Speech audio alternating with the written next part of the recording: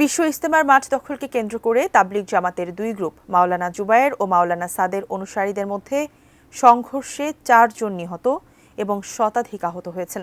অনাকাঙ্ক্ষিত পরিস্থিতি এড়াতে ইজতেমা মাঠ সহ লাগোয়া এলাকায় সব ধরনের সভা সমাবেশ নিষিদ্ধ করেছে পুলিশ।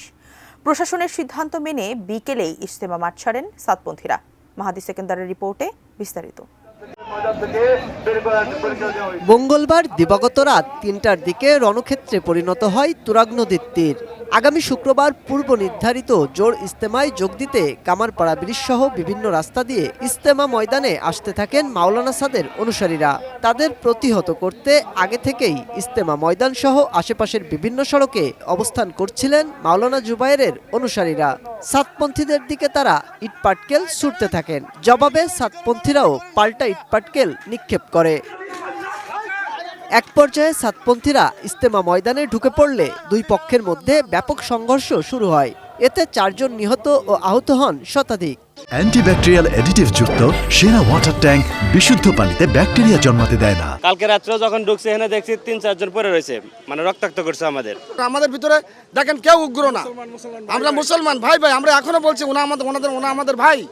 পরিস্থিতি নিয়ন্ত্রণে মোতায়েন করা হয় সেনাবাহিনীর সাজোয়াজান, 4 প্লাটুন বিজিবি, পুলিশ সহ আইন শৃঙ্খলা বাহিনীর সদস্য।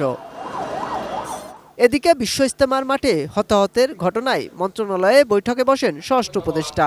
বৈঠক শেষে এক সংবাদ সম্মেলনে জানান, ছাড় পাবে না হত্যার সাথে জড়িতরা। যারা হত্যাকাণ্ডের সাথে জড়িত তাদের তো অবশ্যই আইনের আওতায় আনতে হবে। এতে তো কোনো ছাড় দেওয়ার কোনো অবকাশ নাই।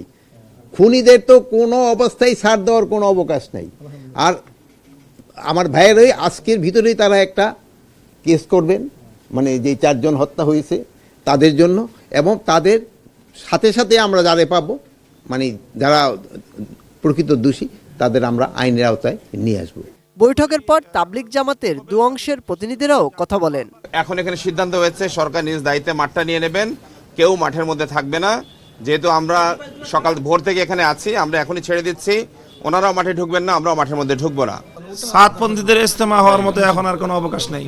আমরা যারা বিপদগামী, সেই বিপদগামীদেরকে সঠিক পথে ফিরিয়ে আনার আহ্বান জানাচ্ছি। তাদের যদি কোনো সংশয় থাকে সেই সংশয় দূর করার জন্য আমরা যে কোনো সময় আলোচনার জন্য আমাদের দুয়ার খোলা আছে। নতুন করে অপ্রীতিকর ঘটনা এড়াতে দুপুরেই কামারপাড়া, আবদুল্লাপুর, উত্তরা সেক্টর 10 ও তুরাগ নদীর দক্ষিণ পশ্চিম এলাকায় অনির্দিষ্টকালের জন্য সব ধরনের সভা সমাবেশ ও মিছিল নিষিদ্ধ করে গাজীপুর মেট্রোপলিটন পুলিশ। মেট্রোপলিটন আইনের 30-31 ধারা বলে যে 3 কিলোমিটার মধ্যে ইজতেমা ময়দানের 3 কিলোমিটারের মধ্যে কোনো রকম কোনো সমাবেশ হবে না। অস্ত্রশস্ত্র, লাঠি, বিস্ফোরক দ্রব্য নিয়ে কেউ চলাচল করবে না। 2 এর অধিক ব্যক্তির কোনো সমাবেশ এখানে ঘটবে না।